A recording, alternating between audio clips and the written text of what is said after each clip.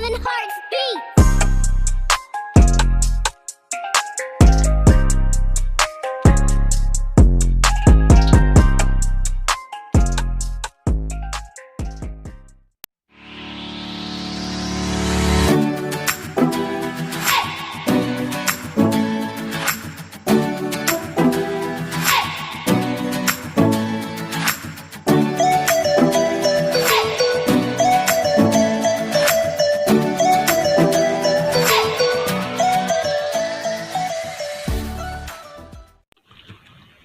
Belum mulai.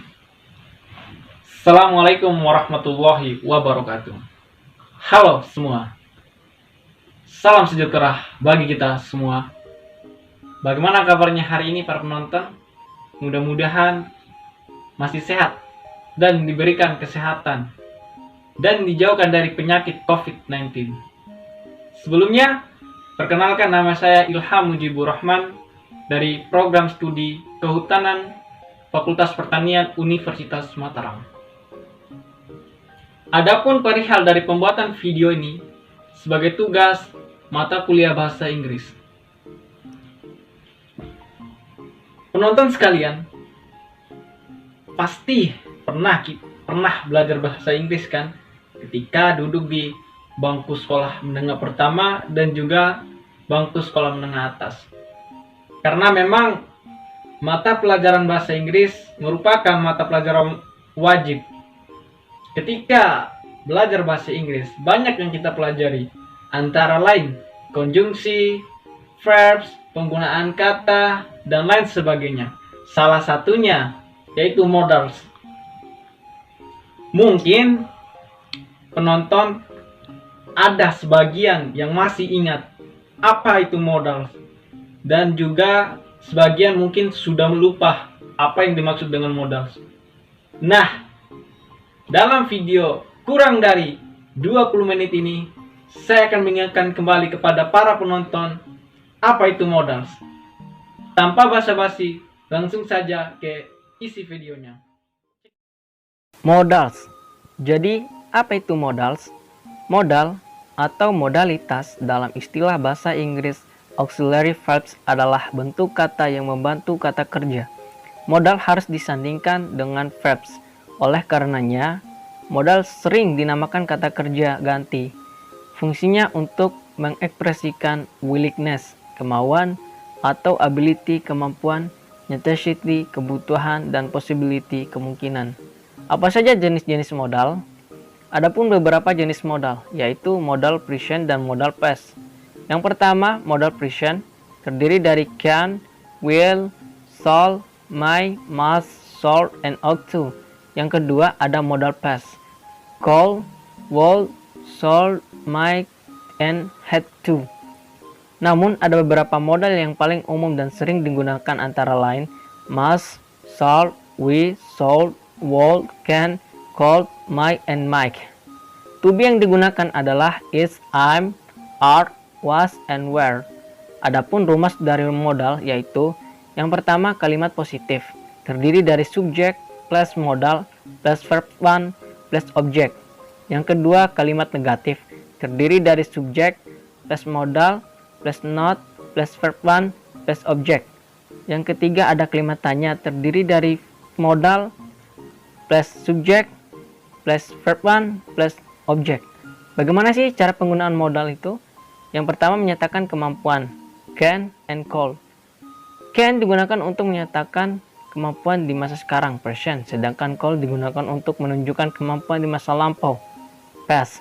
Contoh kalimatnya, when I was 20, I could dance all night. I could finish my dinner because I had ate so much. Yang kedua, menyatakan perkiraan, will and shall. Will and shall mengandung arti akan. Walaupun artinya sama, kedua modal tersebut berbeda subjeknya.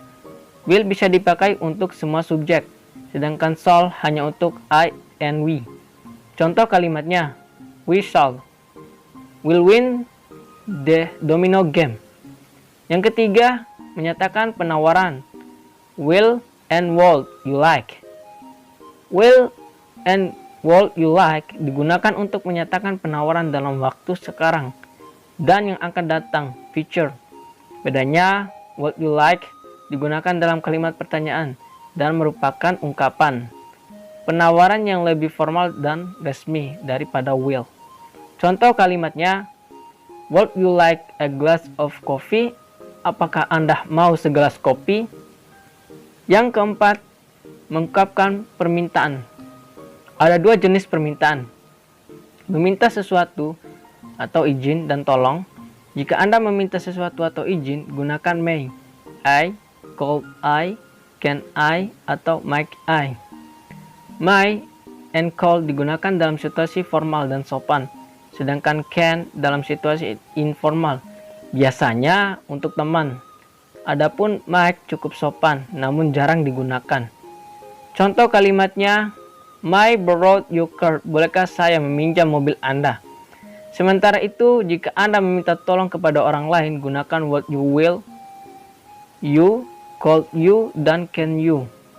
Contoh kalimatnya, would you send the letter to my doctor? Lebih sopan, dapatkah Anda mengirimkan surat itu ke adik saya? Yang kelima, menyatakan keharusannya. Must and have to. Must and have to digunakan untuk menyatakan keharusan di masa sekarang. Bedanya, must menunjukkan tingkat keharusan yang lebih kuat dibandingkan have to. Contoh kalimatnya, you must keep my secret. Kamu harus menjaga rahasia saya. Untuk menyatakan keharusannya di masa lampau, gunakan had to. Lihat contoh berikut ini. I had to do my homework yesterday. Yang keenam, menyatakan ketidakharusan. Modals yang dipakai untuk menyatakan ketidakharusan adalah bentuk negatif have to, yaitu do, does, did, not have to. Do, does, not have to digunakan untuk waktu sekarang, sedangkan did not have to digunakan untuk waktu lampau. Contohnya, you do not have to be genius to become a blogger. Jika Anda tidak perlu jenius untuk menjadi seorang blogger. Yang ketujuh, menyatakan larangan. Must not. Untuk menyatakan larangan, modals yang digunakan adalah must not, yang artinya tidak boleh. Contoh kalimatnya, you must not smoking here. Anda tidak boleh merokok di sini. Yang kedelapan, menyatakan kepastian. Untuk menyatakan kepastian, gunakan must, might, and can. Tingkat kepastian untuk must 59%, sedangkan might, can kurang dari 50%. Contoh kalimatnya, he must be sick, dia pasti sakit. Yang kesembilan, memberi nasihat. Untuk memberikan nasihat, modal yang digunakan adalah should, ought to, dan had better. Semua modals ini digunakan dalam masa sekarang. Dibandingkan should dan ought to, had better lebih kuat dalam memberikan nasihat. Contoh kalimatnya, you should stop smoking. Anda sebaiknya berhenti merokok. Dan yang terakhir, memberikan atau meminta usulan. Untuk memberikan usulan, gunakan shall I. Bagaimana kalau saya? Atau shall we? Bagaimana kalau kita? Contohnya, shall we go now? Bagaimana kalau kita pergi sekarang? Sementara itu, untuk meminta saran, gunakan juga shall I atau shall we. Contoh kalimatnya, what shall I wear? Sebaiknya saya pakai baju apa? What time shall we meet? Sebaiknya jam berapa kita bertemu? Nah, semoga penjelasan panjang lebar di atas atau di video ini dapat membantu penonton memahami penggunaan modals dalam bahasa Inggris. Baik pengertian modals, penggunaan kata modals, dan ciri-ciri modals. Mohon maaf jika ada salah-salah kata atau penempatan bahasa. Saya Ilham Mujibur Rahman, pamit undur diri. Wabillahi taufik wal hidayat. Wassalamualaikum warahmatullahi wabarakatuh.